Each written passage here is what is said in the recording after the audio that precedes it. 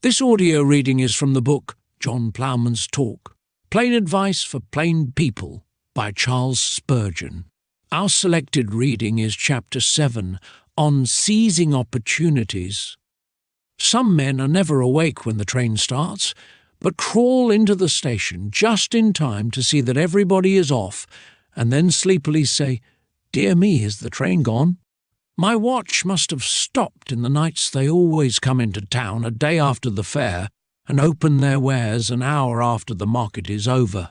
They make their hay when the sun has left off shining and cut their corn as soon as the fine weather is ended. They cry, 'Hold hard!' after the shot has left the gun and lock the stable door when the steed is stolen. They are like a cow's tail, always behind. They take time by the heels and not by the forelock, if indeed they ever take him at all. They are no more worth than an old almanac. Their time has gone for lack of use. Unfortunately, you cannot throw them away, as you would the almanac. For they are like the cross old lady who had an annuity left her and meant to take out the full value of it. They won't die, though they are of no use alive. Take it easy and live long are first cousins, they say, and the more's the pity.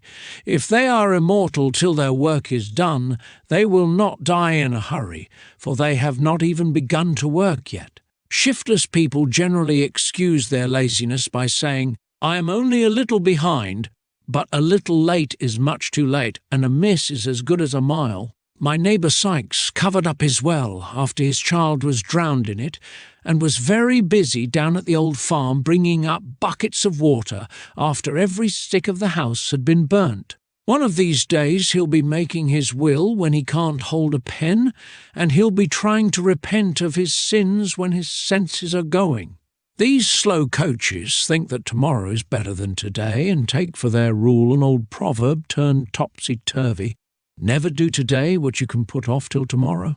They are forever waiting until their ship comes in and always dreaming about things looking up by and by, while grass grows in their furrows and the cows get through the gaps in their hedges. If the birds would but wait to have salt put on their tails, what a breakfast they would take home to their families. But while things move as fast they do, the youngsters at home will have to fill their mouths with empty spoons. Never mind, say they, there are better times coming, wait a little longer. Their birds are all in the bush, and rare fat ones they are, according to their account. And so they had need to be, for they have had none in the hand yet, and wife and children are half starved. Something will turn up, they say. Why don't the idlers go and turn it up themselves? Time and tide wait for no man, and yet these fellows loiter about as if they had a freehold of time, a lease of their lives, and a rabbit hutch full of opportunities. They will find out their mistake when want suds them out, and that will not be long with some in our village, for they are already a long way on the road to Needham. They who would not plough must not expect to eat. They who waste the spring will have a lean autumn. They would not strike when the iron was hot, and they will soon find the cold iron very hard. He that will not when he may, when he will he shall have nay.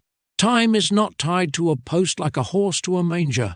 It passes like the wind, and he who would grind his corn by it must set the mill sails. He that gapes till he be fed will gape till he be dead. Nothing is to be got without pains except poverty and dirt. In the old says, they said, Jack gets on by his stupidity. Jack would find it very different nowadays, I think.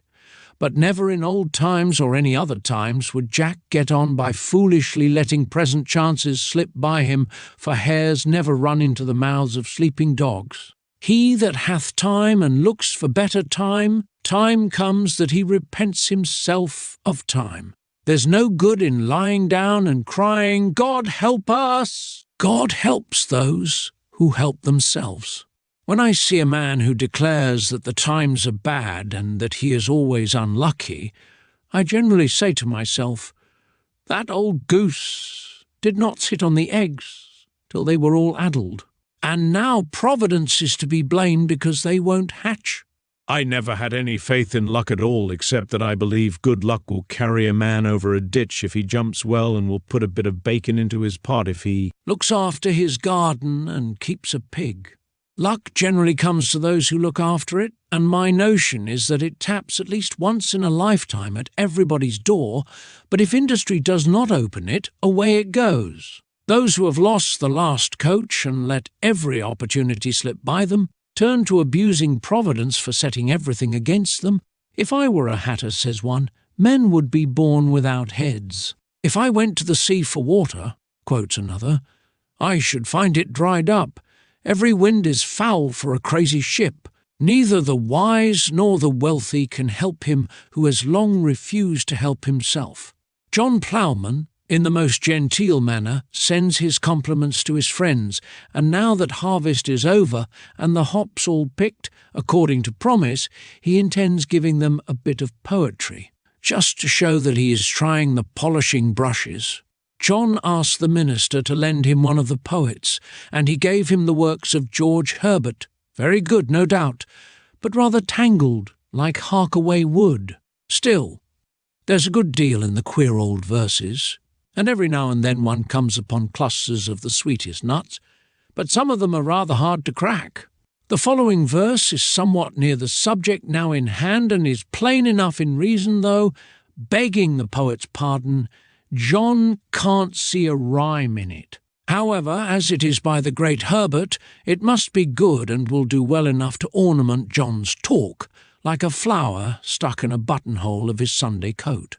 Let thy mind still be bent, still plotting where and when and how thy business may be done.